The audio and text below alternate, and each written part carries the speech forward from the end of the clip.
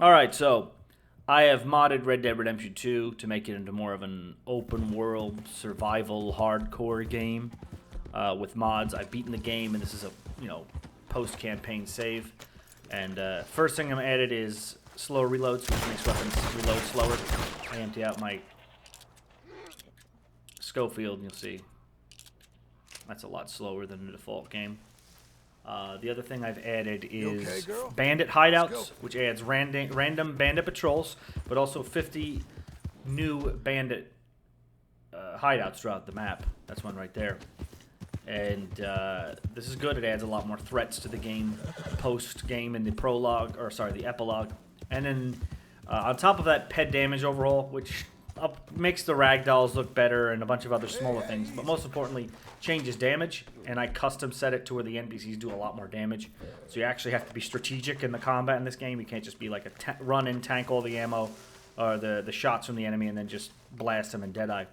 I'm going to run up here and show you just how quickly these basic O'Driscolls can melt me if I'm reckless.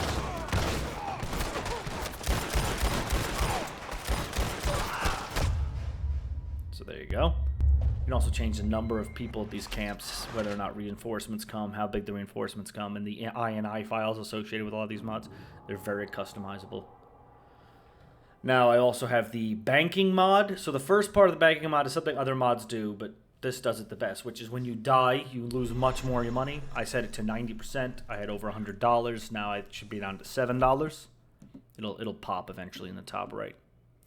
So I also have a basic needs, which adds sleeping and drinking to the cores. You need to do that occasionally. You can drink from water streams, as well as a canteen that has 4 uses. You see right there, I just took one. Okay. But I lost all the money that I had on me. There's now a distinction with this mod, the banking mod, between what you have on you and what you have in the bank account. I'm going to go to the Bank of Valentine's. There's one in Rhodes and Saint Denis. And I'm going to take out just a little bit more money so I have something on me. So the way I set this up is I want to play the game where I'm just going to save when I need to take a break or when I'm getting off. I'm just going to accept every death that happens to me and lose the money. And the way that's not super brutal, where I just become completely destitute, is I have to be tactical about how much money I carry on me. So took 50 bucks out of there. Other thing I've added, just a couple other immersive things, such as seats. So you'll go here and I'll sit on a bench.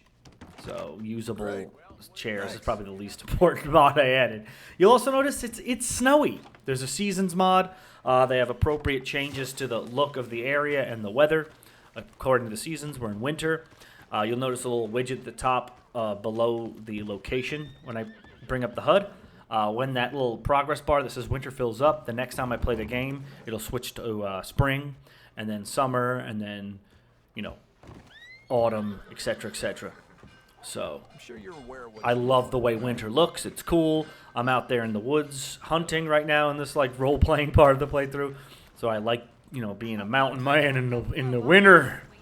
So, that's cool. Now, with the much higher likelihood of losing a crap ton of money, you need more ways to make money. So I added the jobs mod, which includes menial jobs, as well as better ones like hunting contracts and stuff like that.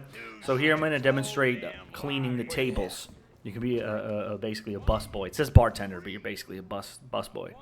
So go there and clean the tables, and then you get money. I might lower the amount of money you make in the INI configuration file, because you get a little bit too much. I chopped woods and roads and got $40, which back then is crazy amount of money. And even within the balancing of the game is... Oh, sorry, someone texted me. But, yeah. So I can lower that as well within the configuration. I'm going to make the amount of money you make much lower. The hunting contracts are probably they're balanced, because you have to get they tell you get a perfect carcass of X animal. Do that. This guy keeps rambling in the background, but I'm going to clean his table anyway because I'm a good Samaritan. Ain't no Wild West So, no more around here. what we've created is a more dangerous world. The punishment for death is higher, and you need to engage with the world more. You need to drink more, eat more, manage your resources more. You need to fight much more cautiously. You have to be more cautious about your fights, especially if you're playing the permadeath-ish mode, where you just take all the deaths that you have and not try to, you know, save scum around them. So I made this money. You see, it's a little too much for bartending. I might like halve it or even quarter it. Like, and you could change it for each job, so you can keep someone's high and keep the other ones low. So this is just gonna give this guy his proper service. There, I gave him a few shots because he likes alcohol. And now we have the hunting demonstration, the hunting grounds. They do several things, but the major ones is, you know, it's the deer in the back is the 3-star, and it's larger. It actually, in normal game, all the animals are the same size. All deer are the same size, all elk are the same size, etc. All bucks are the same size. But here, 1 stars are smaller, 2 stars are medium, 3 stars are big, so you can kind of eyeball it without needing the HUD to see what's a 3-star. It's just a little more immersive. And I'm going to show off that there's a little bit more blood spatter and a consistent trail of blood when you wound an animal, so you can actually track them without having to use Deadeye vision. So a lot of these mods make the game more difficult, more involved, but some of them also just add immersion, like the seats and this, where you just need less HUD. So it's not necessarily harder or easier to track animals. It's just a little bit more immersive. But I really like how this is going. It's just roaming, even just roaming around, not doing any missions is actually interesting now, because you got to manage your characters. You got to manage John's macros. You have to keep him slept. You have to make sure he drinks. You're camping more. You're hunting more. And you're more cautious about combat. When you do engage, you got to be strategic. You got to be careful what weapons you carry. I'm probably going to turn it on, but there's an option with the basic needs to have a weight stat. So you're heavily gimped if you say carry 2 primary weapons, which I always thought was kind of silly anyway. And there should be a penalty for it. This one adds it. There's movement penalties and stuff.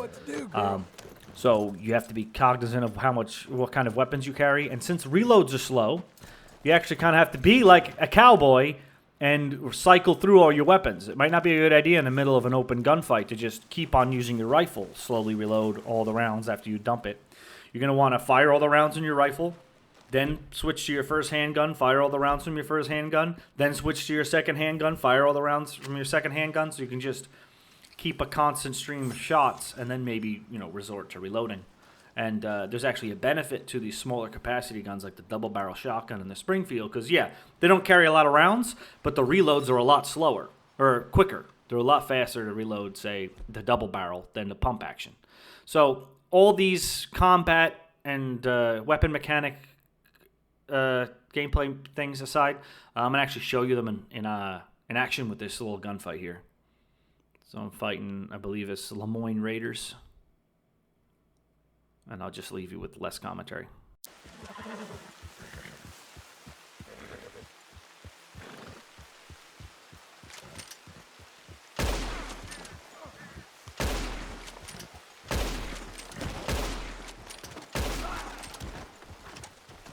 You're gonna die in a place that hates you.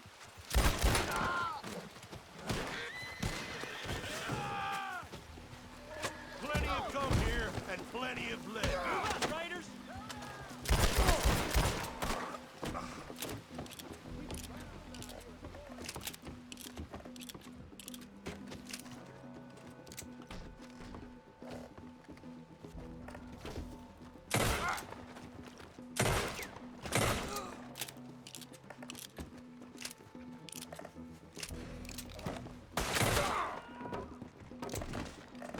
You're already dead. You don't have to.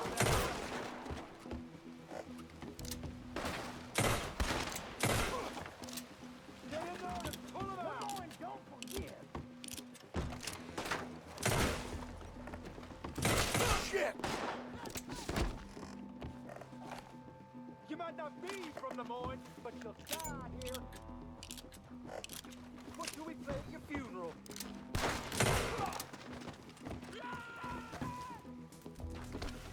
Close in on them!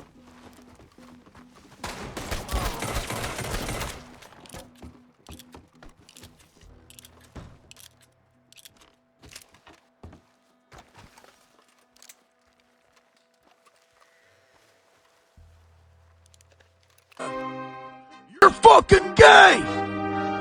As in homosexual!